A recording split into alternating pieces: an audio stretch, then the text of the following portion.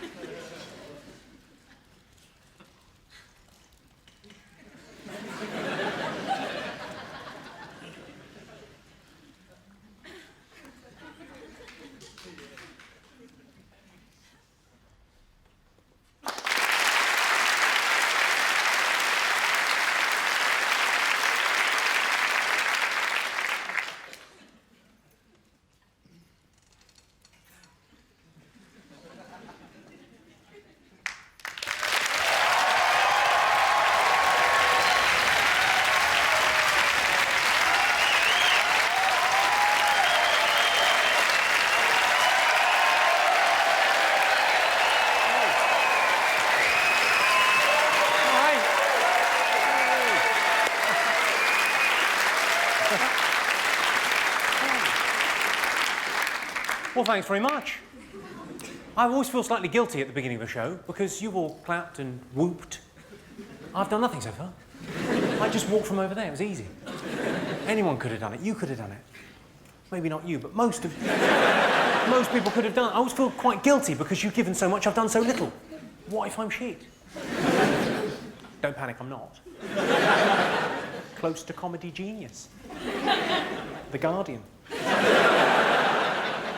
It's a newspaper for teachers, I don't expect you to understand. I am Jimmy Carr, off the telly.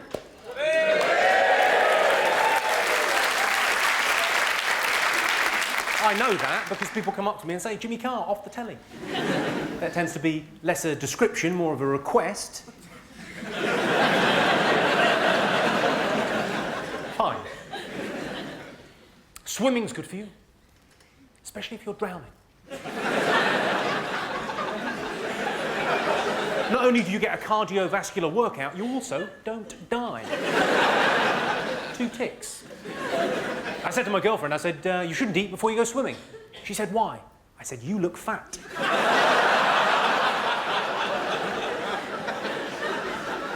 I've got a friend whose nickname is Shagger.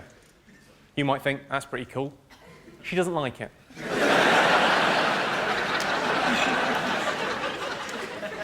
You know those anti-AIDS red ribbons? You don't see so many of them around these days, do you? That is, I think, because these so-called anti-AIDS ribbons actually offer no protection. You think you're upset? I found out from a bloke in the gents. Do you realise that last joke makes me sound a little bit gay? I'm not. I realise I'm wearing the kind of shirt that's often lifted. But I'm not. My own mum thought I was gay. When I was 19, my mum was convinced I was gay. It's very difficult to convince your mum you're not gay. Until we got a camcorder, I was fucked.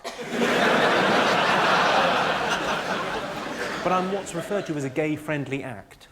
You know? I'm a gay-friendly act. I was asked last November to judge Mr. Gay UK. I said it would be my pleasure. He's against nature and against God and he's going to hell.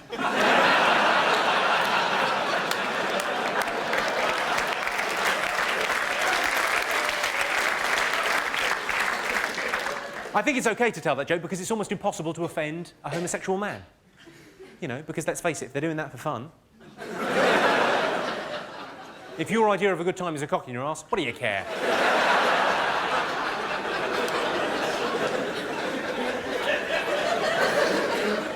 We've all thought about gay sex, though, haven't we? You've thought about gay sex, haven't you, sir? No. You haven't thought about gay sex. You just leapt in there and fucked him. Well, I admire your honesty, sir, and your bravery. I thought about gay sex. I thought, oh, my cock will get covered in poo.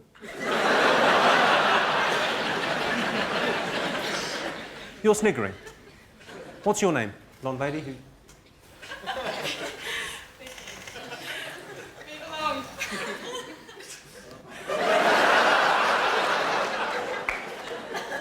Move along? What are you saying, Vicky? Dance for me, monkey boy? Is he your fella? Well, what do you mean? He's either your fella or he isn't. Is he your fella? Yeah.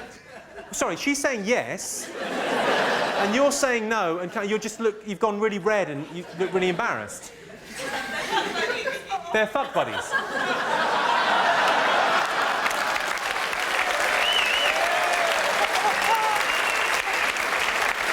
Oh! I see. What? How very modern. How very 2005. So you're not going out with each other, but you are fuck buddies. That is fantastic. Can we just all take a moment to, you know, congratulate that man there?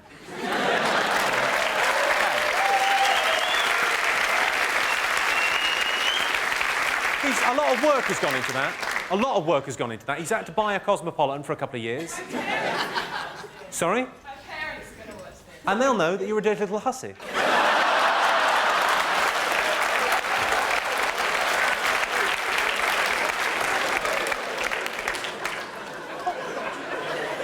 The great thing about that is that he's convinced you that, yeah, we don't need a relationship. It's so old-fashioned. I should be able to sleep with whoever I want to sleep with. And so should you, as long as it's just me. When I say... There must be something else going on. Yeah, there'll be a lot of jokes. It's not every day I get to talk to a slag. Come on. Now, I don't know where the mark is until I overstep it. That's my... You just did. That is juvenile. Sorry, for those of you that didn't see that, it'll be on the DVD. Available at all good car boots. Vicky's response to that, yeah, she's been called a slag at a show. That's not good in anyone's book, and I apologise for that unreservedly. But did you really need to do that?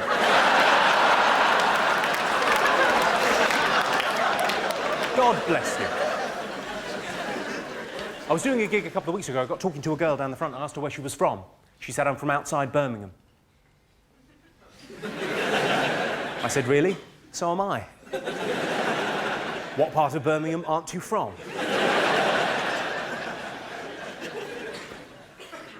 At what point, and really I'm asking the men, at what point do you get paranoid about receiving enlarge your penis emails? It's not just me getting them, is it? It's just I'm currently getting about 10 a day. 8 of them are from my girlfriend. The 2 from my mum that really hurt. It's a rather pitying look you're giving me there, madam.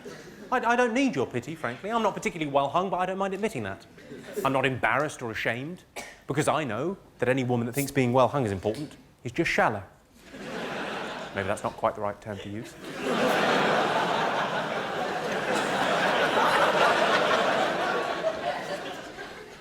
I broke up with a girl once because she lied about her weight. I say that, she died in a bungee jumping accident.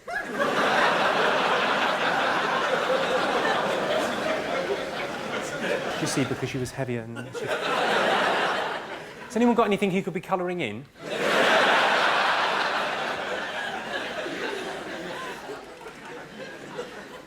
You look like some kind of surfer dude. What's your name? John. John? Where are you from, John? The United States. Well done. John, do you know the difference between a British soldier and an Iraqi soldier?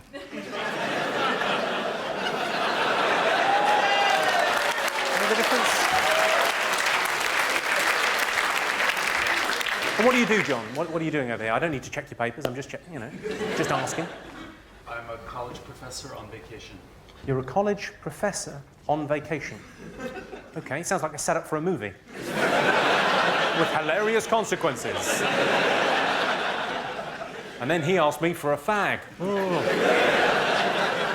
Fanny? I thought he meant bum. Oh. Yes. So what do you teach? I teach philosophy and religious studies. Philosophy and religious studies. Well done. So, do you teach philosophy to the brighter kids, and then if they don't get the hang of it, you go, I just believe in God, don't I?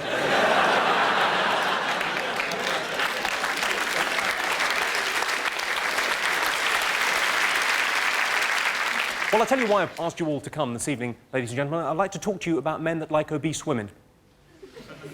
I'm not talking about men that like women with a fuller figure. That seems entirely normal, natural and right. More cushion for the pushing, as I believe people say. I think that's the expression. No, I'm talking about men that like women who can't leave the house fat. So, I'm not talking about anyone in here this evening. Unless, in order to get out, someone had to cut the side of the house off and there was some sort of winch involved. I'm not talking about people with water retention. I'm talking about people with cake retention. People that tell you they've got a thyroid problem. You say, oh, really, a thyroid problem? What are you taking for that? Pies?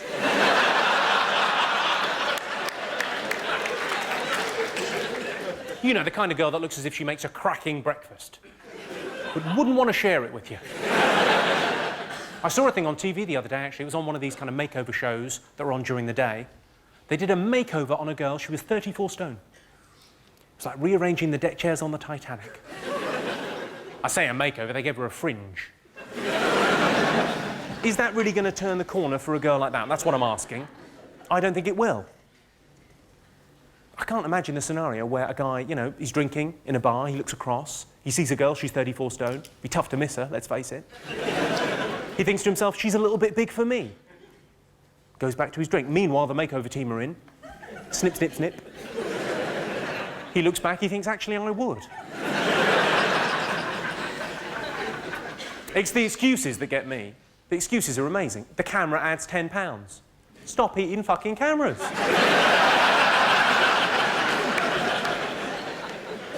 The reason I've become obsessed by this topic is because of a couple of documentaries on TV. There's one called Fatties and Their Feeders. Did anyone see it? Yeah. It's an amazing sociological study of obesity in our country and the health problems inherent in that. And also, it was fucking hilarious. It was basically these tiny little stick-thin men bringing massive KFC buckets of food to these enormous women that couldn't even move. And while we're on the subject, do be careful with the KFC bucket. It's a big leap from plate to bucket. But from bucket to trough, not very far at all. The other one that was on was called Chubby Chasers. I like the title, Chubby Chaser. Sounds great. I just wonder, how accurate is that? How much chasing is actually going on? A little bit of waddling and wheezing. Then gotcha. Gotcha.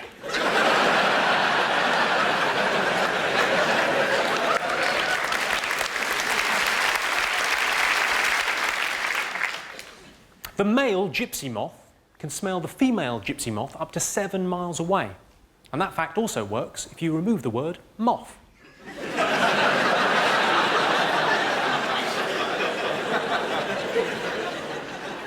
There's a lot of cliches about gypsies. Maybe you can help me out with this, sir. Have you ever tarmacked a drive? No, of course not. You just take the deposit and fuck off like the rest of them.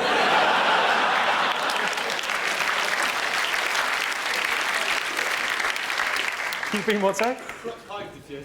You've block-paved a few? Yeah. Yes. You see, to my mind, that would be the same thing. I love the fact you've made a distinction. Ever tarmacked a drive? No, I've block-paved a few, but I can't imagine that's what he's getting at. What's your name? Lee. Lee. Hello, Lee. Hello, Jimmy. It's like a love... Yeah, nice to meet you, Lee. What? No, it's lovely to have you in. You seem to have taken that in the right way. I did that joke at a gig a couple of weeks ago. See, when I do that joke, I've got to pick on someone from the audience. So what I do is I look around quickly and I pick on someone who looks like a bikie. Not a problem. Anyway, I did this joke in Southend. Yeah, I picked on a big guy down the front who was laughing along with everything. He took it slightly the wrong way, really, like, properly insulted. Came up to me after the show and threatened me. But he was pretending to be a lot posher than he was, because he was saying, well, I'm not a gypsy, so he's pretending to be really posh. And he tried to threaten me without swearing. That's a tough thing to do. He used the phrase, knuckle sandwich. And then he said, rather epically, do you like hospital food? No, I didn't say anything because I was a little bit afraid. On reflection, of course, I should have said, I'm with Booper, it's delicious. I've got a choice of 3 starters. Do your fucking worst. Oh, sorry, Lee, I've labelled you a chav. I didn't mean to. I quite like the term chav. I read it in the papers before I heard it out loud. I thought it was pronounced chav. I should warn... Don't kick off, Lee. I'm middle class, but I'm hard. Al dente, you might say. If you got the al dente reference, you're middle class too. Well done. Things I genuinely really, really like gypsies. I've got some Romany blood in me on my mother's side, and I think it's an alternative lifestyle, but I think it's a good one. And the people that don't like gypsies, they're always saying, oh yeah, these travelling people, you've got to move them on. Isn't that playing into their hands?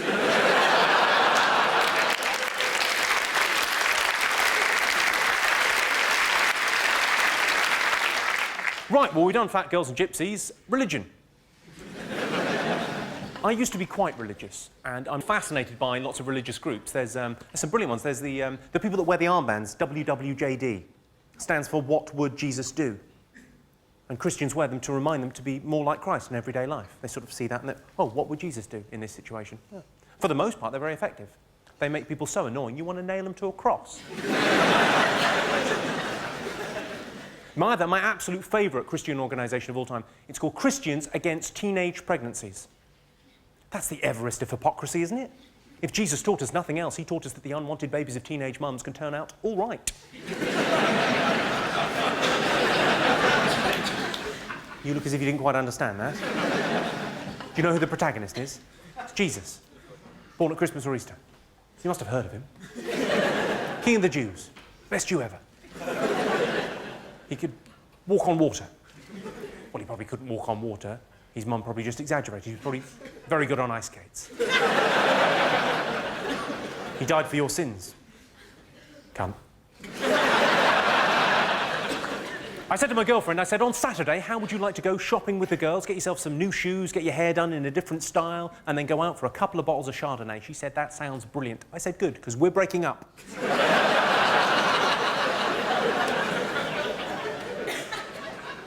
You know when a man says to you, it's not you, it's me? Ladies, you know when a man says that? It's not you, it's me. We mean that from the heart. That's not bullshit. That's true. It's just a fragment of a longer phrase. It's not you, it's me that's ending this relationship. Because I can't stand the fucking sight of you. You know when people argue just so as they can make up again? Call me cynical. I don't think that's what's going on in the Middle East.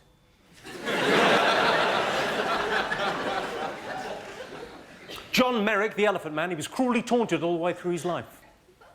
John Merrick was cruelly taunted all the way through his life. People said to him, you're the ugliest man in the world. But he didn't mind. Very thick-skinned.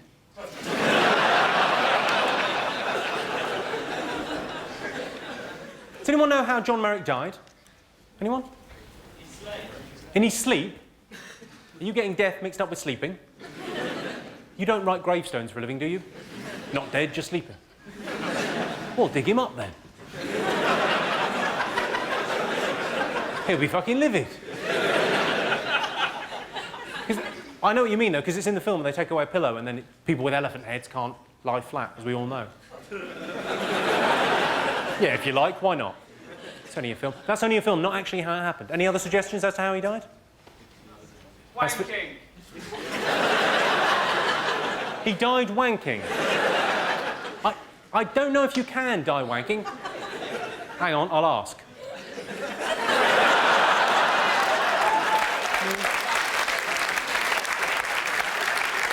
Can you die with a... He's still here. That is a good response. Still here. I've had some great suggestions recently from the audience. Too many sticky buns. Be a great way for the Elephant Man to go. Another person said, a somewhat ironic allergy to peanuts.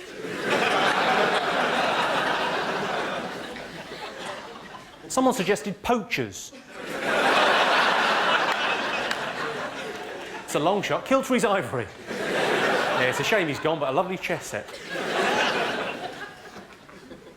No, what actually happened was a bearded lady shot a dwarf out of a cannon and it landed on his elephant head.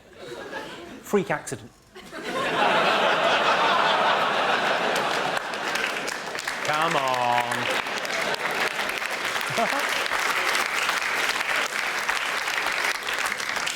Has anyone here been to Alton Towers? Yeah. What do you think? Do you enjoy it? I enjoyed it.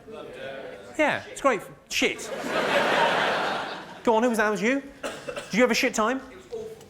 My God. Tell me more. We robbed the fruit machine. Sorry, the best thing about Alton Towers was we robbed a fruit machine. That is an amazing sentence. Sorry, sir, your time as the gypsy this evening is now... it's now over. That is... Forget it. Forget it. You have been out-chavved. Well, you went to Alton Towers and your complaint was not enough to nick.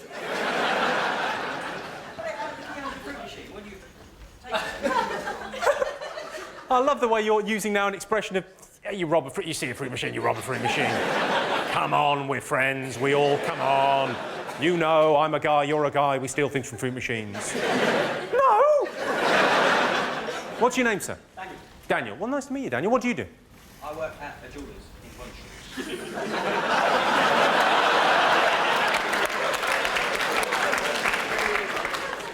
Unless you're the cleaner, they've made a massive error of judgment.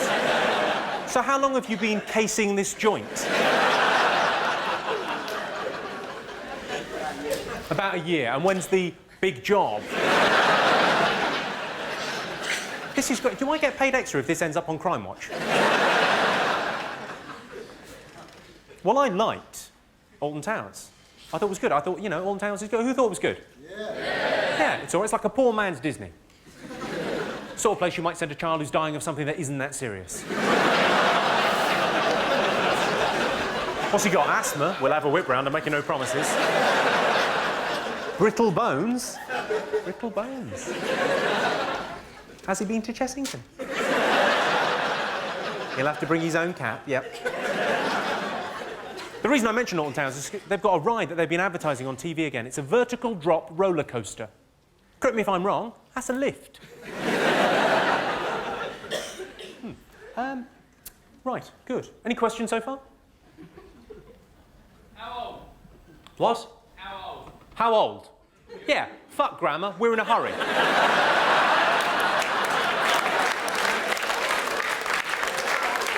How lazy is that? How old? Not how old are you, or would you mind telling us how old you are? How old? 28.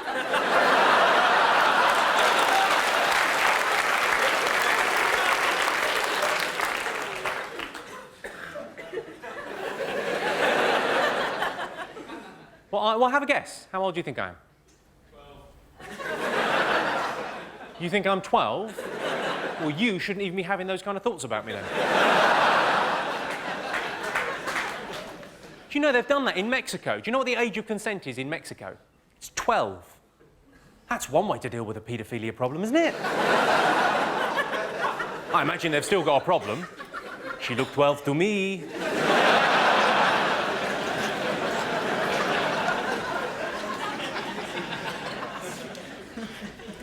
I didn't always used to do this for a living. I used to work for an oil company. It was the same sort of thing. It was telling lies to strangers.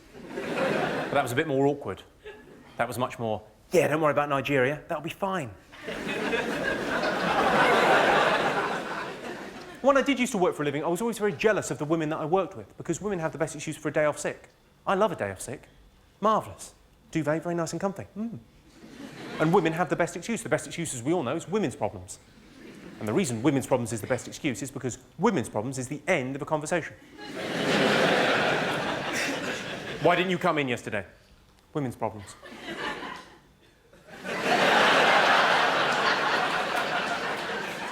I like to think if I was the boss, things would be slightly different. Women's problems? Tits or fanny? Which is it? Maybe I could have a look.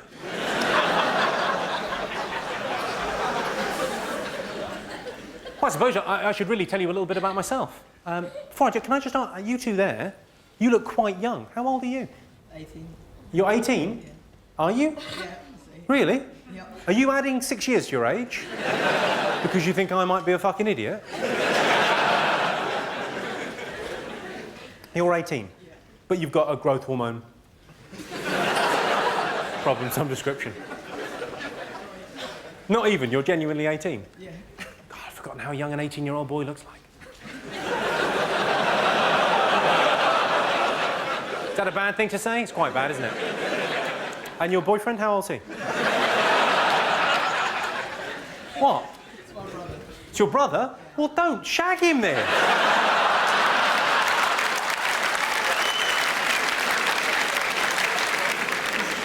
I noticed that your shirt, is that a fashion thing? It looks like it's covered in spunk. No, honestly, stand up and turn around. It's an amazing shirt.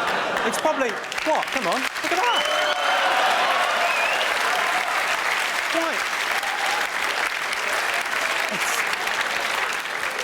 It's quite a cool design when you look at it closely, but if you just glance at it, it looks like a Plasterers Radio. That is a term used in the dogging fraternity, I believe. As in, I was out for the evening with Stan Collymore, I drove away with a car looking like a Plasterers Radio.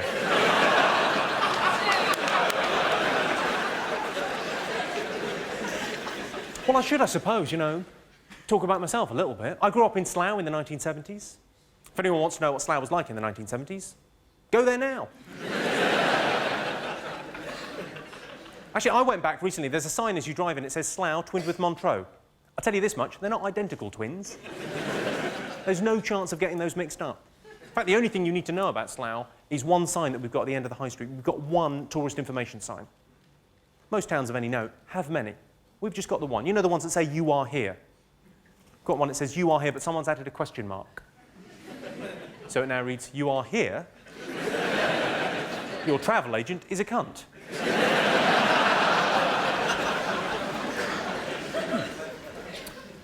I was educated in Cambridge University. Well, ooh, that's not an uncommon response. People think because you went to Cambridge, you're a little bit smug, a little bit up yourself. Not the case. The only reason I went to Cambridge is because I got 4 A's at A-level. Of course, the only reason I got 4 A's at A-level is because when I was at school, I didn't have that many friends, and, you know, I didn't have a girlfriend, certainly, and so no one would have sex with me. I used to go home every night like a good little boy and do my homework. Yeah. So next time you meet someone who's a bit overeducated and pompous, don't think to yourself, God, they're intimidating. Think, no good with a poontang. I got my big break in show business doing the Royal Variety performance a couple of years ago. It was quite a good gig, but then I had to meet Prince Charles afterwards, and that was a bit awkward. Because, you know, what do you say? I didn't know what to say to him. He didn't know what to say to me, you know. But he managed to cobble something together. That's his job, isn't it? Other than waiting for his mum to die.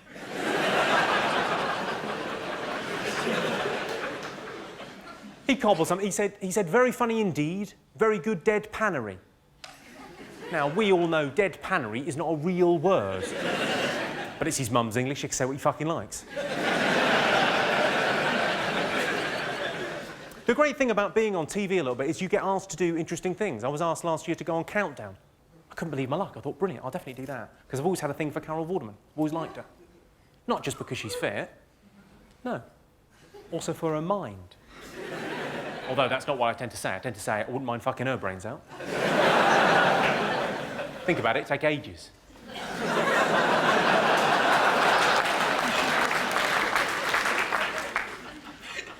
I shall tell you a story about something else that happened because you know, I'm a little bit on telly now, and people phone up and they ask you to do interesting things. I was asked about 3 years ago to write a journalistic piece for the first time. I was really excited. A Sunday paper phoned up. They said, "Would you like to write a piece for us?" I immediately agreed, and as a conversation went on, it transpired it was a piece for the motoring section called "My First Crash."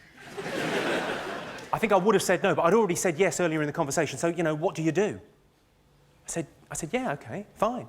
And in the end, I was quite pleased with what I wrote. I wrote about sort of, you know, 250 words on my first crash.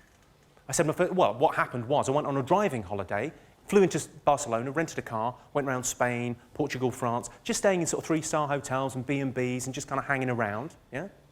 And the idea was we would end up driving back to Paris, get the Eurostar back. You know, go first class, be quite exciting. It only just opened, so it was quite an exciting thing. We slightly mistimed it.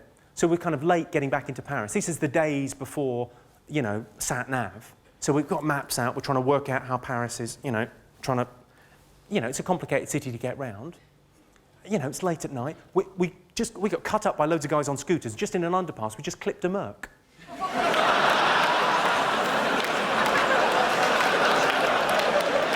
No harm done.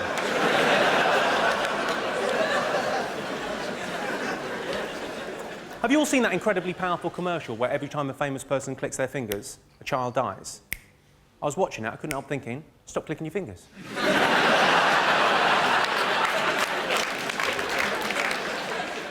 I went out to dinner last night, I killed 2 kids just getting the bill. For just £1 a day, you can feed a child in Africa. Sounds good, but I've checked, that's self-catering. I saw a thing on a notice board recently. They're organising a parachute jump for people with Alzheimer's.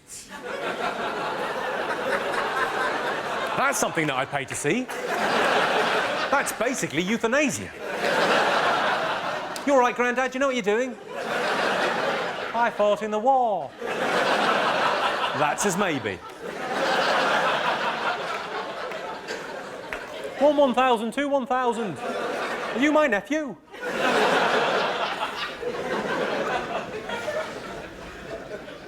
I've done quite a few charity gigs over the past year. I did one in this very room. It's for a charity which I now know is called Laughter for Leukemia. Now, I'd had a long day and I turned up late and, you know, I made a mistake. I said it's lovely to be here laughing at leukemia. Skinheads down the front didn't like it.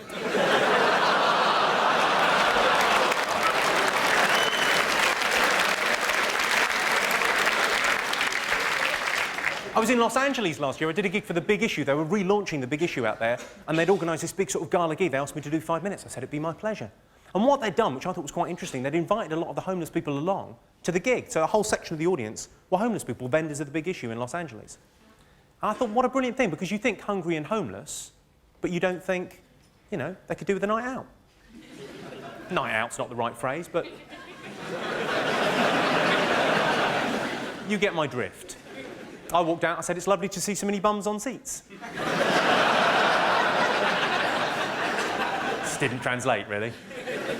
This is the problem with doing charity gigs for other people. What you want to do is have your own foundation, your own kind of, you know, your own charity. That's the brilliant thing that kind of big A-list celebrities get to do. They get to have their own charity. I'd love to do that. Look at Michael Jackson, he's got his own charity. The Neverland Foundation. They fly sick children. What, good-looking sick children. They fly good-looking sick children who look as if they could keep a secret into the Neverland Ranch, and they give them massive cash payouts. Valuable work. Who here, while we're on the topic, who here thinks Michael Jackson's innocent? There's no there? Quite a lot of people here? Who? Go on, show of hands. Hands right up in the air. Quite a lot of you think Michael Jackson's innocent. And do you know what? You've got morality on your side, because he was found innocent by a jury of his peers. Albeit Americans, still counts. I wouldn't have bothered with the whole trial. I just would have stood up in front of the jury and simply said this. If I was a billionaire paedophile, and I'm not, but if I was a billionaire paedophile, I definitely have a fun fair in my back garden. He couldn't be any more dodgy if his house was made out of sweets.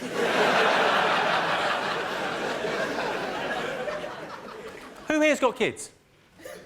Who here's got kids? You've got kids? You've got kids? Would you let them play at Michael Jackson's house? No? No. You would? You look like quite an old fella. How old are your kids? In their 20s, yeah.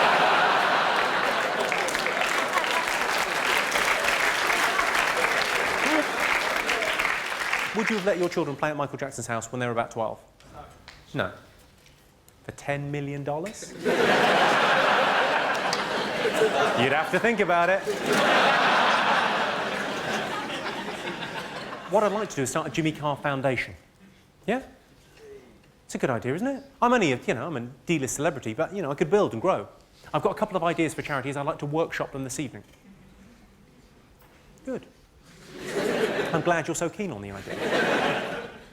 The first one, well, there's a terrible problem, a global problem, with amputeeism in sub-Saharan Africa because of all the landmines. Now, there's a lot of charities dealing with the landmine problem, picking up the pieces there. It's a bad choice of words, I know, but there's a lot of charities dealing with the landmines and clearing the landmines, but very few dealing with the residual problem of a lot of people with only one leg because the other one's been blown off. Yeah? That's a serious global problem. That almost looks too big to tackle, yeah? But we in the West, we've got our problems too. Who here in this room can tell me they don't have a problem with odd socks? What I'm saying is you take those two problems, you put them together, what have you got? You've got a solution. Odd socks for Africa, who's with me?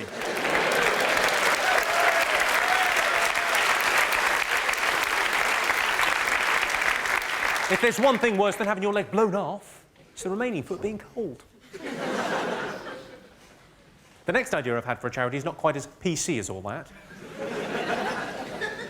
Domestic violence. There's a topic for you. It happens, people don't like talking about it, but it happens in all our communities, yeah? Something needs to be done. There's a lot of charities dealing with the aftermath. Very few doing anything preventative. I'd like to start a Jimmy Carr halfway house. A place where women can go and be safe and secure. And be re-educated about cooking and cleaning and putting out...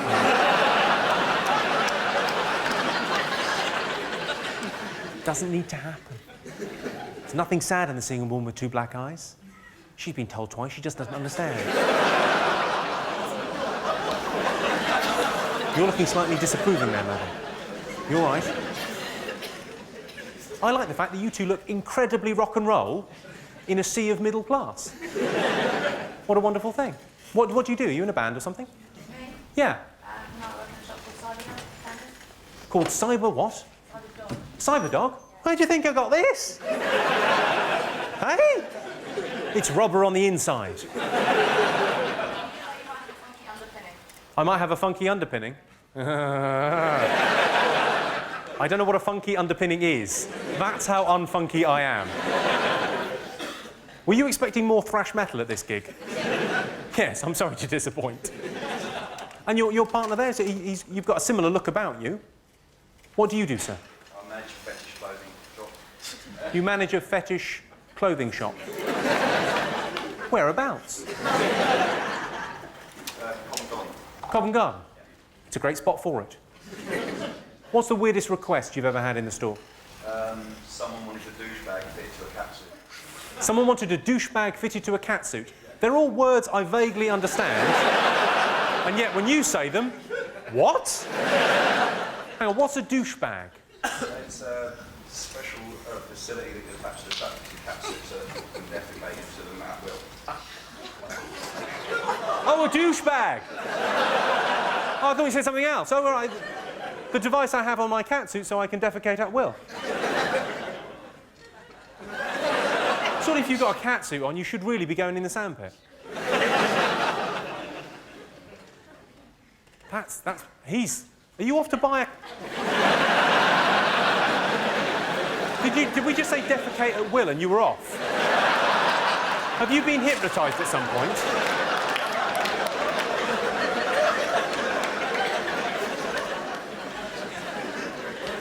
Should say it's lovely to see so many ladies out this evening, especially a show starting at 7 o'clock. The tea won't make itself.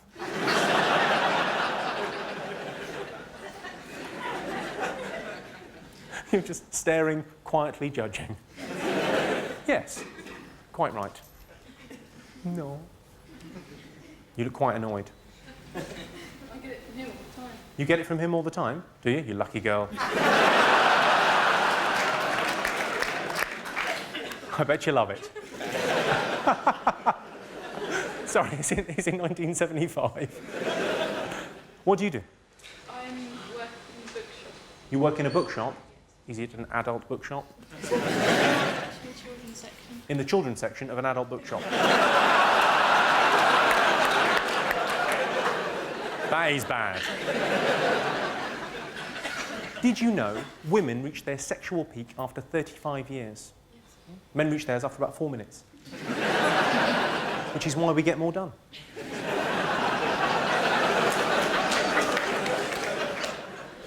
My girlfriend said to me, "Have you been having sex behind my back?" I said, "Who the fucking hell do you think it was?" And another thing, it wouldn't kill you to turn around once in a while, check how I'm doing. Are you all drinking this evening, ladies and gentlemen? You drinking? Yeah, quite a few of you. I like drinking. I prefer being drunk than getting drunk. I'm not very keen on beer and wine, but I like the interesting thing is you order when you're drunk. The drinks that no one ever orders sober. Aftershock is a prime example. You know that weird pink fluid? No one's ever ordered that. So the designated driver has never walked into a bar and thought, well, I can have one drink, can't I? They've got beer, they've got wine, they've got spirits. No. I'll have a pipette of Aftershock, please. It's the same with the Flaming Zambuca. No one's ever ordered one of those sober. You have? You've ordered a Flaming Zambuca sober? It's your drink. You order Flaming Zambucas? The clue as to why you shouldn't order one, madam, is the fact it's on fire. It's the equivalent of walking into a kitchen going, I'm a bit thirsty. There's a glass and a tap, and then spotting out the corner of your eye, a gas hob. The only reason I could possibly think of to order a Flaming Zambuca when sober is if you meet a girl and she's something just a little bit special. Yeah? Maybe you've been out on 2 or 3 dates, you've established she's beautiful, she's intelligent, she's funny. You think you might be in love with her, you think she might be the one, but she's got a bit of a problem with facial hair on the top lip.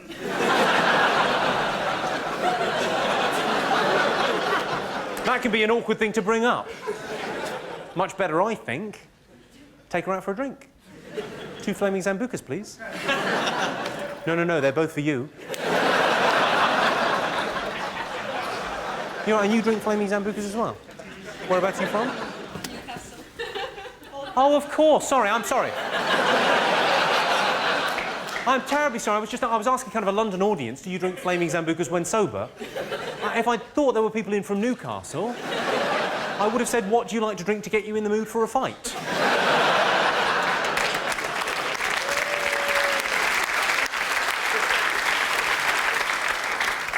So what, are you down here on the Rob, or what are you up to? So we sent you an email saying if you wanted to go out for drinks in Newcastle, we'd show you the better sites. The best sites in Newcastle? I imagine the one where you go... Oh. The best.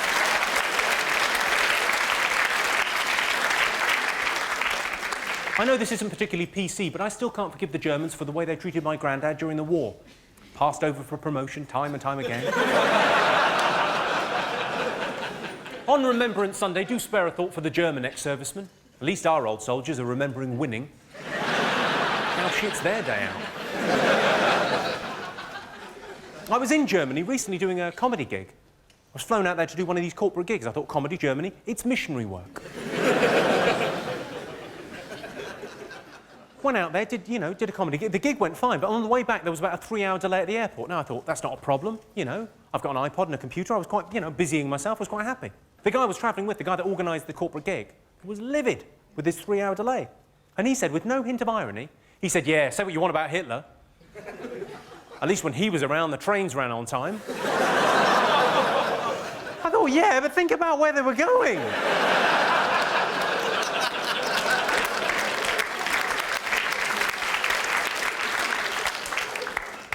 I was in Edinburgh last year. I saw a sign in a window. It said, watch batteries fitted. I thought it was probably not the best show on. There's a sign up in my street saying the priorities of the traffic lights have changed. There's another sign saying, children, please drive carefully. I was driving on the motorway, I saw a sign on the back of a truck, a little sticker, it said, how am I driving? I thought, well, if you don't know... I've got a sticker on the back of my car. It says, keep your distance. I just need a little space right now. It's not you, it's me. You've got a question? No, I've got one of those, right? You've got one of those? In the curry house near where I live. Yeah. Try one of our curries, you'll never get better.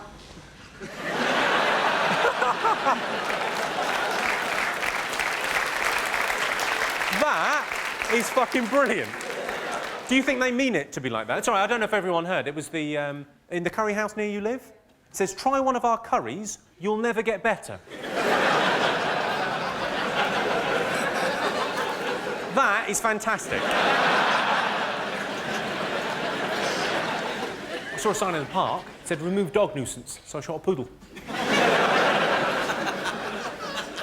I was in Australia. I saw a sign. It said, convenience store, 75 miles.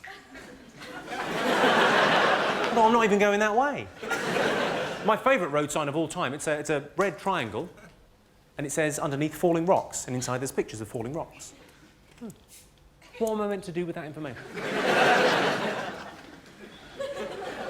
It may as well just say random accidents ahead. Life's a lottery, be lucky. I think we've established so far, I'm not a prude, I don't mind talking about sex, and I certainly don't mind swearing. No problem with any of that. But I'm genuinely offended by an advert that's on TV at the moment. It's for a brand of thrush treatment. It's Caniston or Gaveston, it's one of the two, I can't remember. Which one is it, Caniston or Gaveston? Which one, sorry? Thank you, ladies with thrush.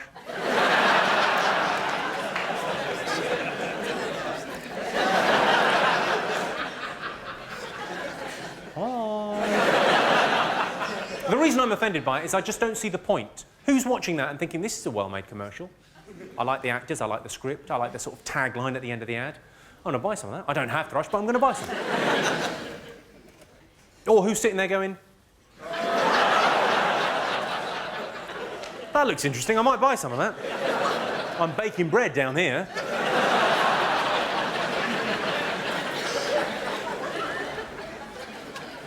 It's all very well going on a round-the-world trip on your holidays. Where are you going to go next year? I had a survey done on my house. 8 out of 10 people really rather liked it. If you're not part of the solution, you're a solid or a gas. I was in a club last week. I saw a sign outside the cloakroom. It said £1 per item. So I bought a coat. I was in a restaurant, I asked the waiter where the gents was, he said, just go down the stairs.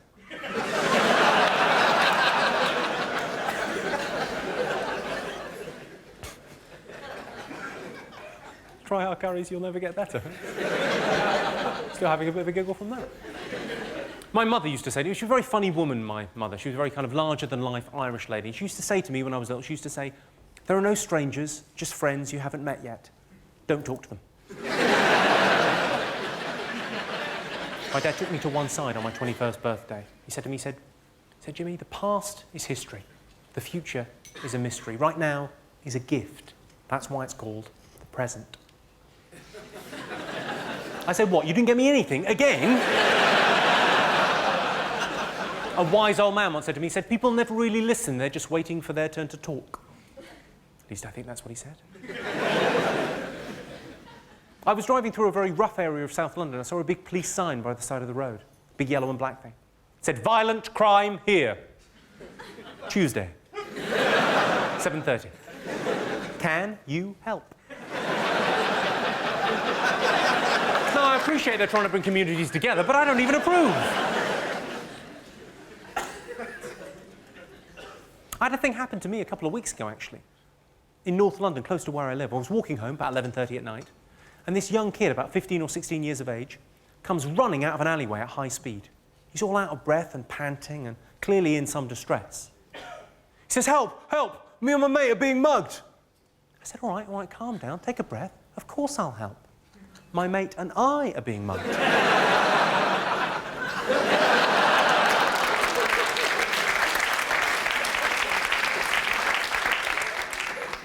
In the pursuit of scientific answers, animals have been tortured for the past 100 years. They're still not talking. I'm starting to think they don't know anything. I saw a brilliant bit of medical research that's been done recently. They've come up with a new product. It's like Viagra. It's like a Viagra inhaler that will give a man an erection within 30 seconds. Correct me if I'm wrong. A Viagra inhaler that will give a man an erection within 30 seconds. That's a blowjob. Another company spent hundreds of thousands of pounds researching the Atkins diet and came to the conclusion that it can cause depression. Now, I could have told you that without any need for research. That's just deductive reasoning. Everyone knows fat people are jolly.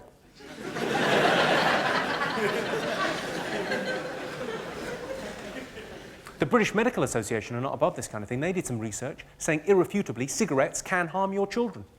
Fair enough. Use an ashtray.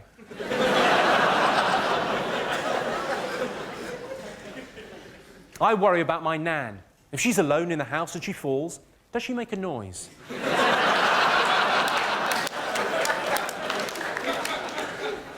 I'm joking. She's dead. I do try and see the positive when something bad happens. You know, if somebody close to you dies, it's always a good idea. Move seats.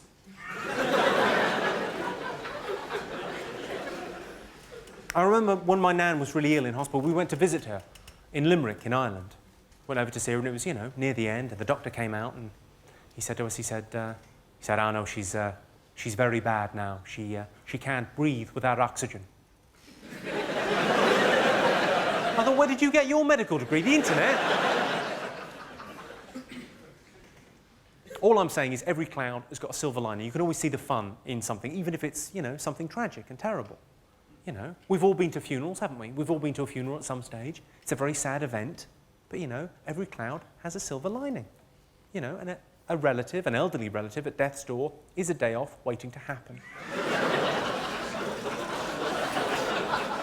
What's a funeral? It's about an hour. It tends to be in the morning. The rest of the day is your own. I don't want you to judge me, ladies and gentlemen, but when my nana died, we went bowling.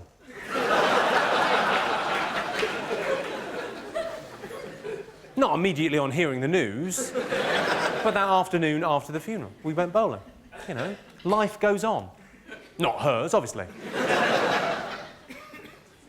She was in a box, on fire. I was on fire, 3 strikes.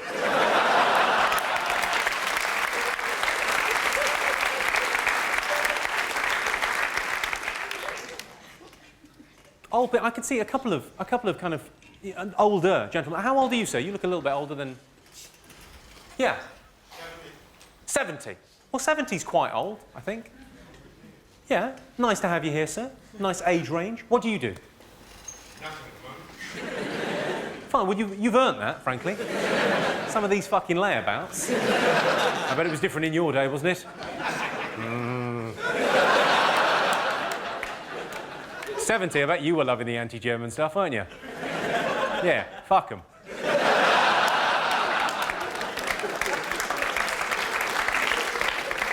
You know what? PC or no PC, we won it fair and square. The thing I was going to say was, I've been told this once. Have you ever said to anyone, yeah, the problem with your generation, you think you invented sex? You ever said that to anyone? No. Yeah, my granddad said it to me. He said, the problem with you lot, you think you invented sex. I said, all right, Grandad, have you ever fucked Nana up the arse, pulled out and come on her tits?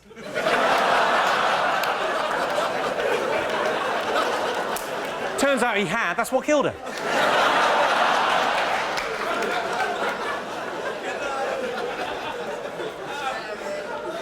What? What's the matter with that? And don't you dare be offended by that, you know, by there being a 70-year-old man. I bet you were crazy for it in the war. Jesus, there being a war on, I bet you got more poontang in those years. Yeah, we could all die tomorrow. It's the best chat-up line in the world.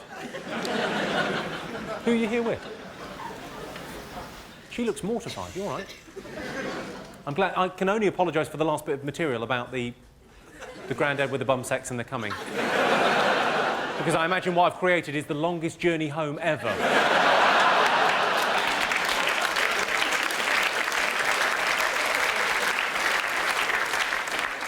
Yeah, Dad, I enjoyed the show. Let's never talk again. Oh. Right, what else was I going to talk about? It's 18 years since the Chernobyl disaster. Is it just me that's surprised? Still no superheroes.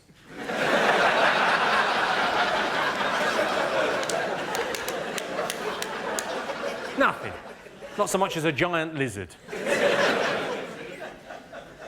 Is anyone married in? Who's married? Yeah? Well, what's the longest someone's been married? 2 days. 2 days? Who's been married for 2 days? You got married on? Friday. On Friday? Well, congratulations. Well done you.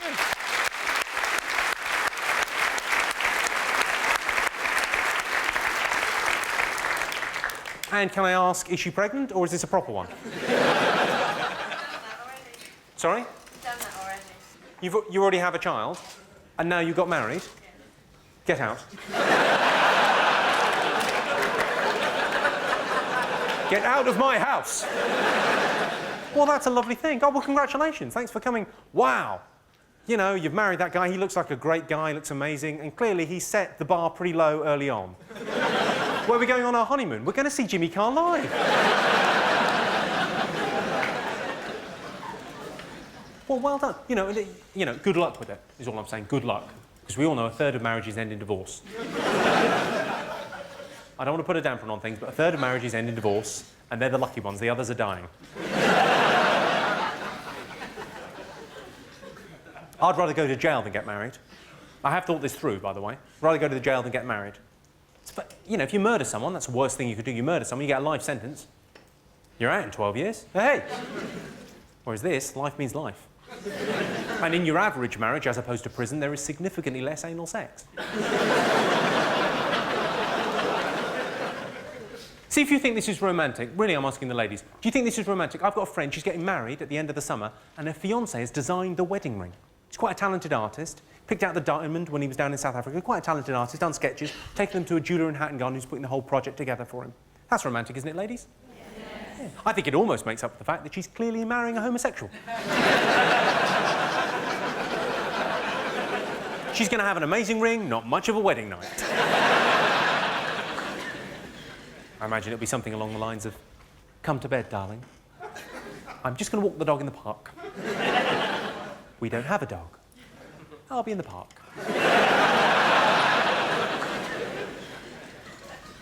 While we're on the side, is anyone in favour of gay marriage? Who's in favour of gay marriage? By shouting out, who's in favour of gay marriage? Yes. I'll tell you why you're wrong. Gay marriage will inevitably lead to gay divorce, and that will be bitchy.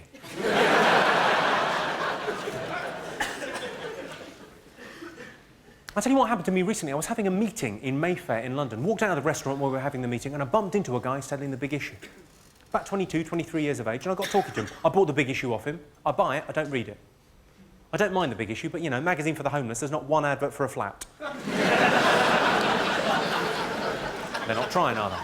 Anyway, got talking to this guy, I asked him what was going on in his life. He said, I'm looking for somewhere to live. I said, right. We're in Mayfair. Did you not play Monopoly when you were a child? You want to get yourself down the Old Kent Road, mate? It's not just an expression. Beggars can't be choosers. I've got a cautionary tale for the men in the room. This concerns, you know, the kind of ability that men have got to say something immediately. They don't think about it, just walk straight out. Oh, I didn't know I'd said it. They kind of think it and then talk at exactly the same time. This happened to two friends of mine, Dave and Susan. They've been going out for years and years and years, 10 years, since college. Susan went home for the weekend to see her parents. They had Sunday lunch together, they got a little bit tipsy over lunch. Nothing the matter with that, you would think. Lovely. All the way up to Hull to see them. Got drunk over Sunday lunch. Somehow the topic of wife swapping came up. And her parents, for a joke, said, oh, we were terrible for that back in the 70s. Oh, keys in a bowl at a party. Oh, terrible. Oh, always doing it. We don't know who your real dad is. They said that to their daughter. Now, she was fine at the time because she was drunk at a lunch. But then on the train ride home, she starts to feel a bit grimy and horrible and, oh. And eventually she works herself up into a real state. She thinks, well, maybe it was a joke on me. Maybe they were joking, but I was the butt of the joke. Maybe they did do that in the 70s. Maybe he's not my real dad. Oh, God. She got into Dave, and of course what Dave should have done is taken her in his strong, loving arms. Hey, it's just a silly joke. I'll pop the kettle on, I'll make you a cup of tea, I'll run you a bath. Shh. That is what he should have done. But that's not what he did. That's not what he said. What he said, without skipping a beat, I've killed an African child. But what he said, without skipping a beat, straight away, who got your mum?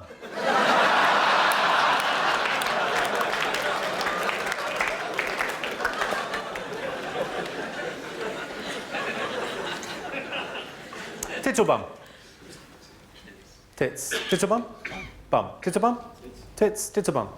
Tits. Tits or bum? Pecs. Pecs.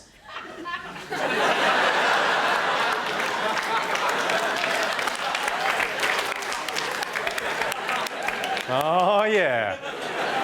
You're not here for the jokes. Tits or bum? Tits, clearly. Tits or bum? Bum. Tits or bum? Bum. Every man in the room has now made their decision. Tits or bum. There's only two categories of men. We'll leave that for another day. There's two categories of men, tits or bum. That's it. Every man in the room will have made their decision by now. You might be sitting next to someone you've been married to for 18 years. You might be thinking, well, actually, our relationship is a little bit deeper than just tits or bum.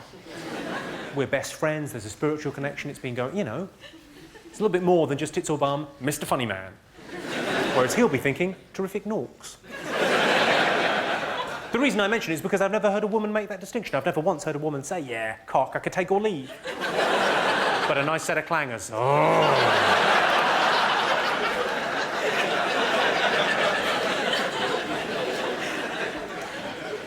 When I was at school, if you got your right ear pierced, it meant you were homosexual. And if you got your left ear pierced, it meant you were common and you lived on an estate. I had a friend when I was at school called Russell. Well, I say he was a friend. He was actually someone that just came and sat next to me when I was 5 on the first day of school and continued to hang around for the next 17 years, inviting himself along to things and just generally being there and getting in the way. We've all got one of those, haven't we? If you're thinking, I haven't, it's you. And I'm not proud of this, but it happened. We were at a party, we got very drunk, we were about 16 or 17, and he got really drunk, Russell. He was kind of laid out drunk, passed out on the floor. And myself and my other friend, Anthony, we shaved his eyebrows off. He was really surprised. But you couldn't tell.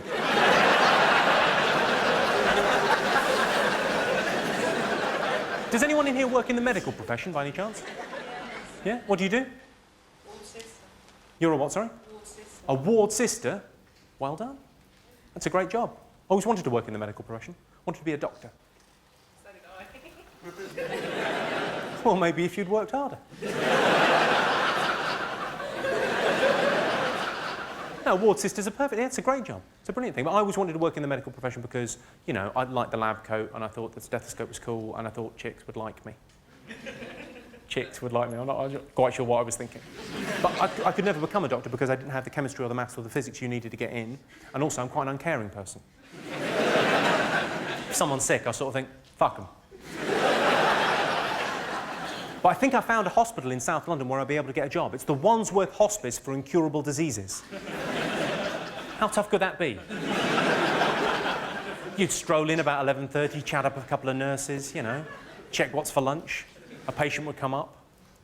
Can you do anything, doctor? Did you not read the sign? The only thing better than being a doctor, I think, would be to be a vet. I'd love to be a vet. Because vets are like doctors, they're admired in the community. Is there any vets in by any chance? You're a vet? You're a student vet. You have picked a winner. The great thing about being a vet, and you're just a student vet, but the great thing about being a vet is you've got the Joker card you can play. If you absolutely have to be somewhere at 6:30, you can play the Joker card.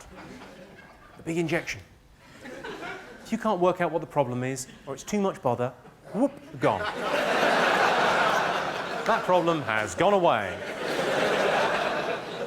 The veterinary surgery, the local vets has got an incinerator out the back, for a reason. Because they're busy people. I've never once heard a doctor say, yeah, your 10-year-old boy, he's had a good innings. He's quite severely asthmatic.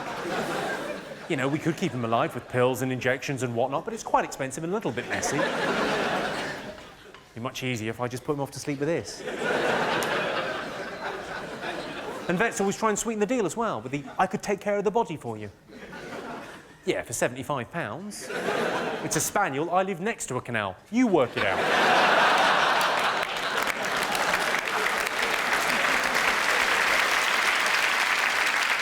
Got a strange thing with doctors and nurses, because I really do admire people in the medical community, because I don't have, you know, a god in my life, whatever. So doctors and nurses are like secular gods. They bring us into the world, they let us, you know, take care of us when we're alive and let us die with dignity. It's an extraordinary thing. But I've never asked a doctor or a nurse about that. The only thing I've ever asked a doctor or a nurse about when I've met one, either socially or at a gig, is what's the weirdest thing you've ever pulled out of an arse?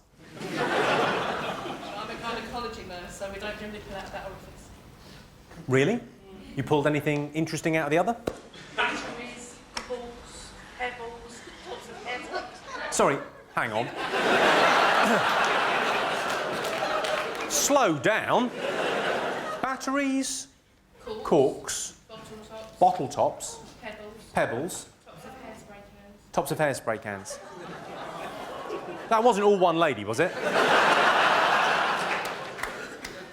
If it was, do you have a number? She sounds like she'd be up for anything. Wow, that's pretty grisly. I had a story recently from a nurse about, she said the weirdest thing she ever pulled out of an arse was a vibrator. Well, that's pretty plain vanilla, it's where they're meant to go. She said the funny thing about it was when they x-rayed him, it was still vibrating. That's awful, isn't it? For many reasons. I imagine the poor guy doing the x-ray was hitting the machine going, this thing's on the fritz again, he's standing there. What an agonising wait in A&E, though. Excuse me, sir, could you turn off your mobile phone?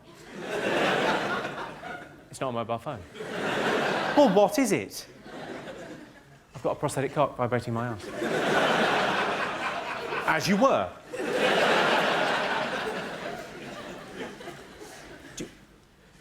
I'm guessing from your laughter there you've pulled something weird out of your arse. No? There's definitely a story. There definitely is. It just made you laugh? Yeah. Did it? What, when it came out or when you put it in? Do you know what, we'll leave it. Do you all carry donor cards, Bloomsbury? Clearly not. Well, you all should carry donor cards. It's a no-brainer. If you die and you're in reasonably good health, and I realise that's counterintuitive,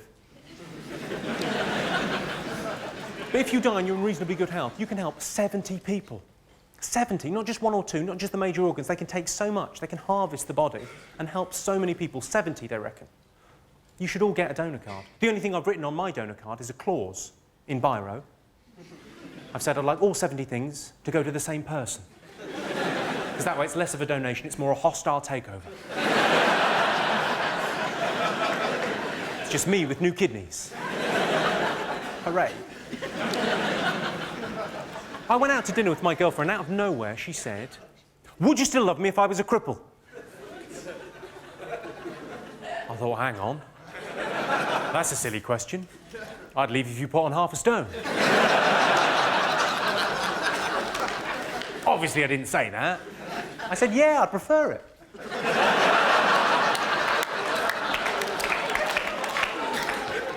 Here's a piece of advice for you. Never leave electrical goods plugged in overnight. 2 exceptions, fridges and life supports. You'll waste an awful lot of vegetables.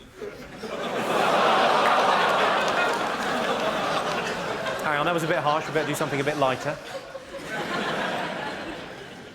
It's ironic that people with club feet tend not to be very good dancers.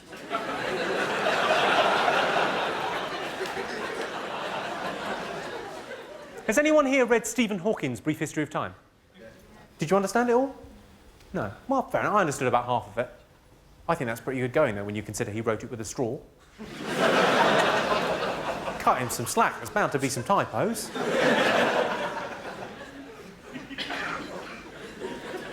Now, I've got no problem doing jokes about disability. It's fine. It's just wordplay. There's no prejudice in it. There's no malice. I would tell the same jokes if there was someone in with any of the conditions. But I heard a brilliant story about a comic who did something truly, truly terrible. He was doing a gig, turned up to the theatre, quite a well-known, quite a famous comic, turned up to the theatre. I shan't tell you his name, but he was quite a famous sort of TV comedian. Turns up to the theatre, refuses to go on. They said, why won't you go on? He's looked on from the wings. He spotted that the front row is full of people in wheelchairs. He said, I'm not going on. They said, why? Why won't you go on? He said, well, a lot of my act is banter with the front row. I tease and, you know, pick on the front row. I don't feel comfortable with it. I'm not going on. They said, what? I can't believe it. He drove off. He just left. I thought, Jim. Jim, they're making it easy for you.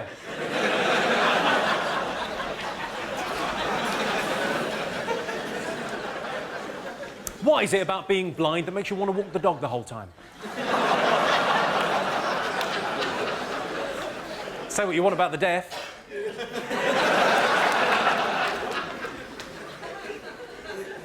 There's a company in America now making thongs, you know, the item of underwear, size 26 and over. That's big, isn't it? I just question, is it necessary? I think any pair of knickers over size 20 is a thong within 4 steps. We're all familiar with the hungry bum syndrome. I saw a woman earlier on the street, looked like she was chewing a toffee.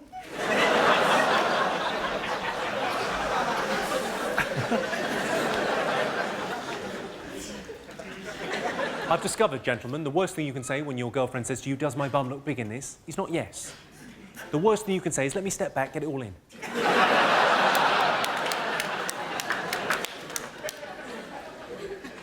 My girlfriend used to get annoyed with me because I used to leave the toilet seat up, so I don't do that anymore. Always put it down. Yeah. Because it's a woman that I love and I want to spend the rest of my life with. It's only a little thing, but a little means a lot. Yeah. Of course, there's no winning with her. Now she's annoyed because it's covered in piss.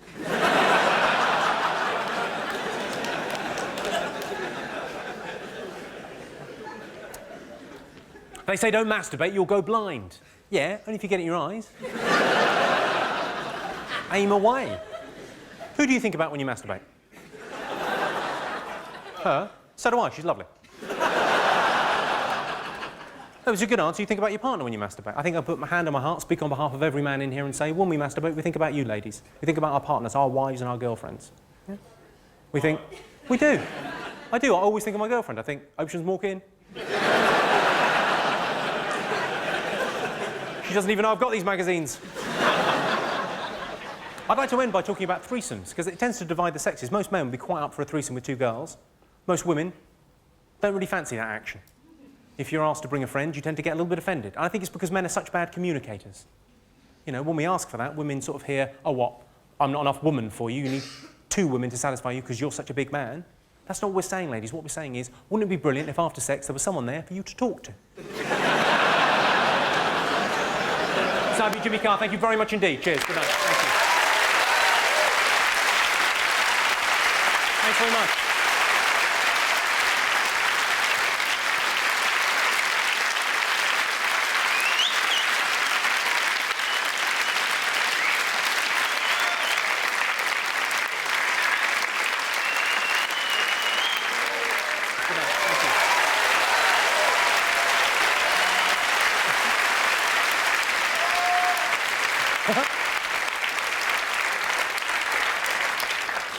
I'm never quite sure how to take an encore. I'm never quite sure what it means. It either means we've had a lovely time, we'd just like a few more minutes, or £17 for that, you're having a fucking laugh. Shall I tell you what this is like, ladies and gentlemen? It's very much like, after talking to you for about an hour, it's like being at a dinner party and realising you're the only one on cocaine. You find yourself thinking, they're not a very chatty bunch. If it wasn't for me, this would be shit.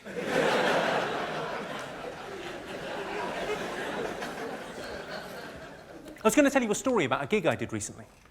I did a gig for Mojo magazine. It's a big, you know, pop magazine. And did a gig, it all went well. I was doing their award show for them. They invited me on. They said, yeah, will you do our awards? I said, my pleasure, lovely. Lots of rock stars and rock chicks would be cool. There was the awards there. I was just doing sort of 10-minute stand-up to begin with. I told a slightly anti-American joke. I said, of course, in Britain, we've got to eat as much as you like restaurants, whereas in America, you've got to eat as much as you can.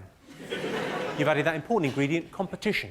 So not only could you be enjoying a delicious meal, you could be beating a personal best. Thus, the necessity for 3 pockets on the back of your jeans, you fat fucks.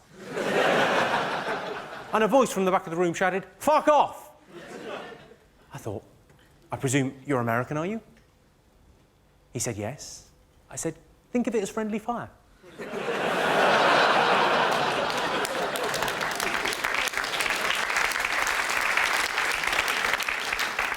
He then shouted, fuck off again, but louder. I thought, well, I better deal with this. I said, I'm sorry, ladies and gentlemen, the only reason I got into comedy and doing this kind of thing is because I thought it would be a bit of a fanny magnet. I wasn't expecting a cunt like that.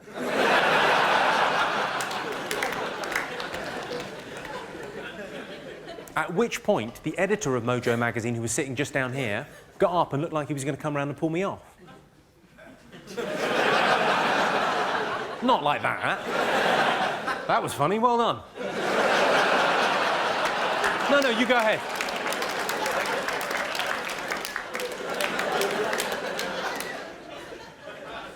I sort of signalled to him to stop. I signalled to him to stop. I said, I'm sorry, sir, it was a cheap shot. It's a bullseye, doesn't matter. And I apologise unreservedly, sir. I did not mean to... Well, I mean, the thing was, the line got a laugh, but then there was an audible, ooh. I thought, well, who have I told to fuck off? It was a guy called Anthony Kiedis, who's the lead singer of the Red Hot Chili Peppers. And I'd noticed on the way in that he was on the cover of Mojo magazine, and I wasn't. I thought, this is a social faux pas of epic proportions. You know, and I thought, well, I better apologise unreservedly. I said, I am sorry. If I've caused any offence, I'm sorry. I did not mean to call you a cunt. I'm sure you're not. I'm sure you don't have the depth or the capacity to give pleasure.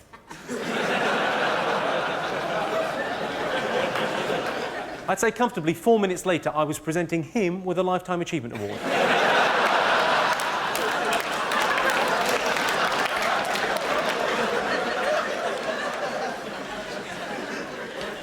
A chicken that has had its head chopped off can run the entire length of a football pitch before it dies. That's what I call an opening ceremony. My girlfriend used to think that magazines like Zoo and Nuts and FHM and Maxim were pornographic, till she found my real stash. Obviously, I mean, it goes the other way too. You know, men are no good at stopping and asking for directions. Would you agree with that, ladies? Yeah, men are no good at stopping and asking for directions. Of course, on the other hand, maybe we wouldn't have to if you could read a fucking map. I've got no problem buying tampons. I'm a fairly modern man. But apparently they're not a proper present.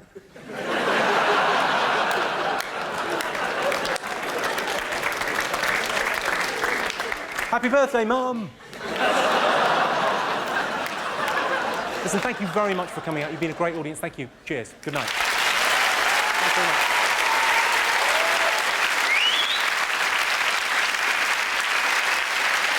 Thanks very much. Hello, I'm Jimmy Carr. Thanks for taking a break from the pornography to watch my YouTube channel. Don't forget to click like and subscribe. Now, back to jerking off.